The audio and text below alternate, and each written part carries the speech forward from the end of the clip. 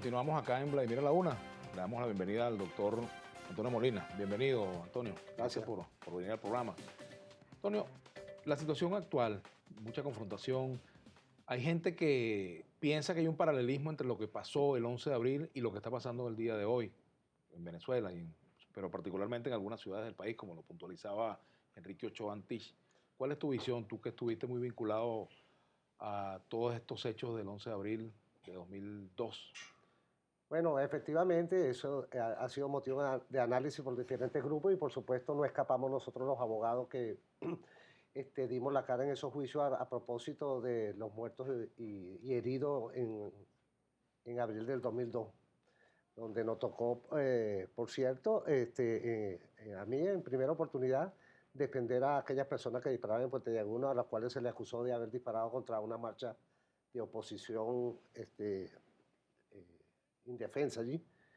Y igualmente en relación al proceso penal que se siguió contra los funcionarios de la Policía Metropolitana.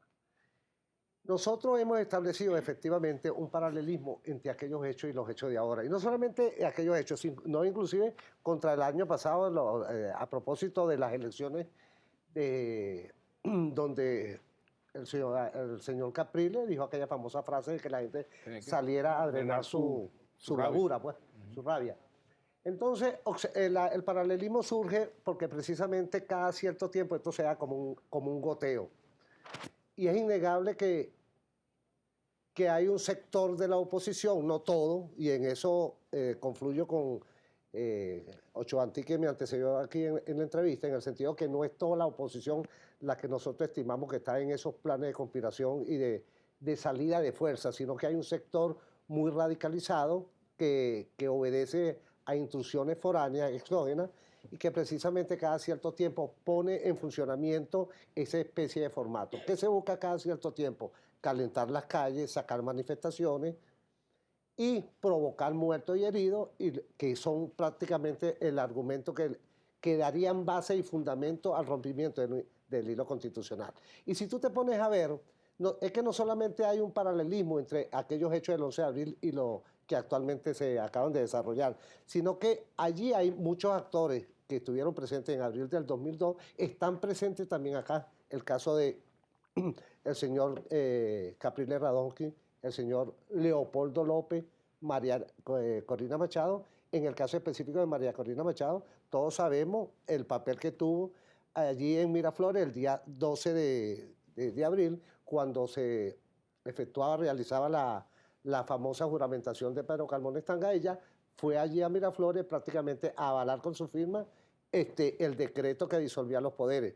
Eso por ese lado, y rompía con el hilo constitucional. Y en cuanto al ciudadano Capriles Radonsky y Leopoldo López, todo el país pudo observar al día siguiente del 11 de abril, el 12, cómo estos señores se vanagloriaban en los distintos medios de comunicación, hablando sobre su participación abiertamente cuando ya se sentían gananciosos, hablando de su participación en el golpe de Estado que logró sacar al presidente de la República. Pero en esta coyuntura, hay una diferencia, por ejemplo, hay diferencia entre la actuación política de Leopoldo López, María Corina Machado, por una parte, y Capriles y el resto de la MUD por la otra. Creo que no están actuando de la misma manera. O sea, quisiera que en ese sentido tú me dijeras más específicamente por qué no están actuando de la misma manera. Bueno, yo recuerdo una declaración de Capriles al comienzo de toda esta historia diciendo que no iba a acompañar fórmulas políticas que implicaran llevar a la oposición o al país a un callejón sin salida. No.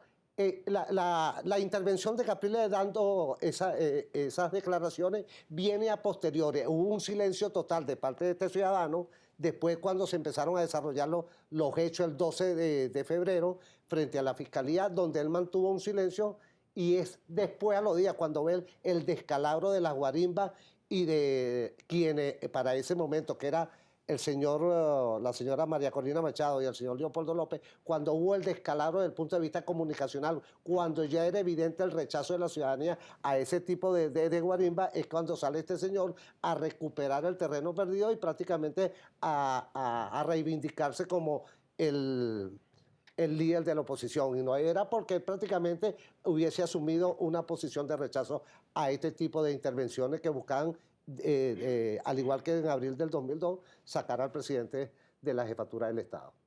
Ahora, abogado, el doctor Antonio Molina, fíjate, hablando de ese paralelismo entre el 11 de abril y lo que está ocurriendo ahora, que algunos establecen, y tú coincides con esa apreciación, tú hablas de que están más o menos los mismos actores, pero hay una situación distinta, hay un elemento aquí distinto en este momento, y es que no hay, digamos, una unanimidad con respecto al tema de las formas de lucha en la oposición.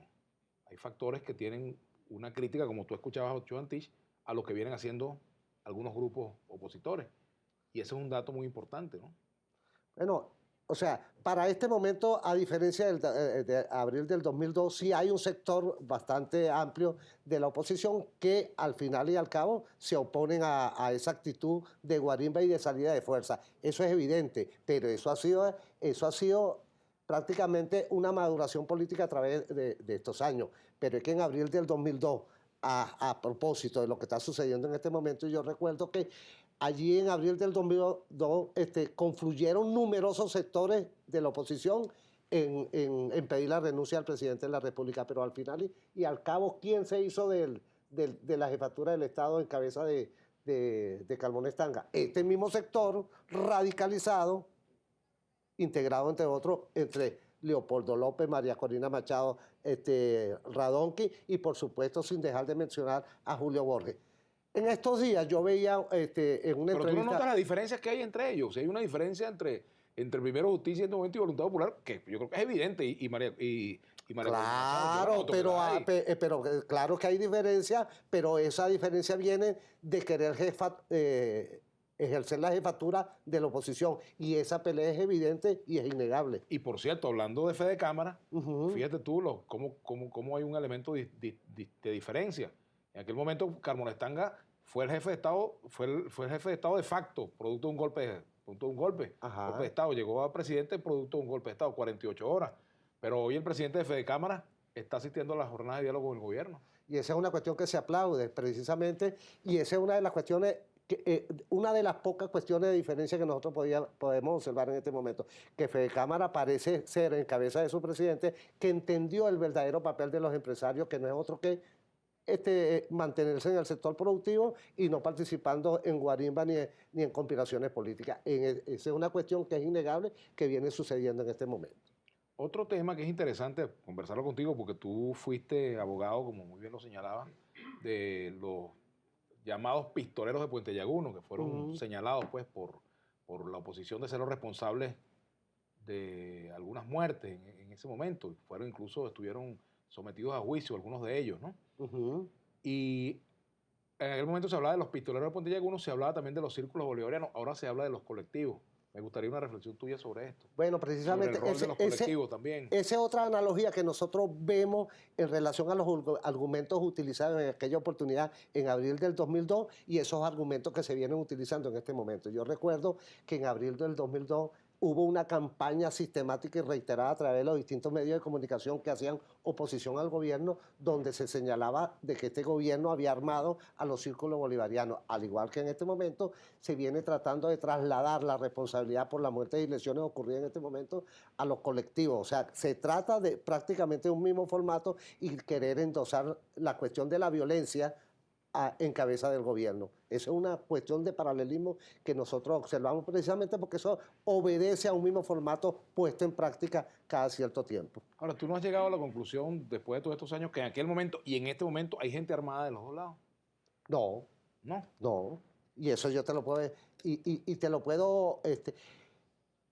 En las investigaciones que se sucedieron después de los hechos ocurridos en Puente Llaguno, prácticamente se pudo demostrar que las personas que estaban allí armadas, eran personas que ejercían ciertos cargos públicos en ese momento y que hicieron armas contra la policía y que a través de la famosa sentencia que dio la absolutoria a esta persona actuaron en legítima defensa.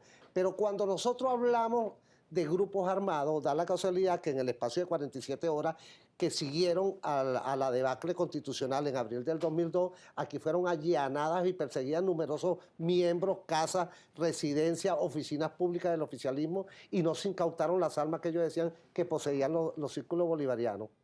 Y solamente eso fue una excusa para convertir a partir de ese momento en una cacería de brujas y acabar prácticamente con la disidencia que ya en los barrios se empezó a fomentar. En este momento se viene diciendo lo mismo, se viene diciendo lo de los colectivos armados, y eso llama la atención. Entonces, ¿cómo los medios de comunicación que hacen oposición a este gobierno, que son muy dados a recoger videos, simplemente estos colectivos no aparezcan señalados o visualizados en esos videos? Pero el propio presidente Nicolás Maduro ha dicho que quienes estén armados, lo hagan en nombre de la revolución, van a recibir también respuestas. Serán enfrentados con toda la fuerza de la ley. Yo creo que y no solamente esa es una cuestión que la viene diciendo Maduro, esa es una cuestión que inclusive la señalaba Chávez en aquellos momentos, donde si bien decía que esta era una revolución armada, cuando se refería a eso, se refería, por supuesto, era que las armas que estaban en poder del Estado estaban allí para defender el orden público y la constitucionalidad. Incluso el presidente Maduro dijo que si a Estados Unidos se le ocurría la idea de invadir a Venezuela, los colectivos iban a comérselos vivos. Mira, yo no creo que eso haya sido la intención de Maduro, porque para eso en todo caso están las milicias, que son un órgano constitucional, que tienen destreza en el manejo de armas, están las Fuerzas Armadas, y en consonancia con eso está la posición asumida por el presidente Chávez cuando decía que el uso de las armas es exclusivo del Estado venezolano en resguardo y en defensa de la constitucionalidad y del orden público.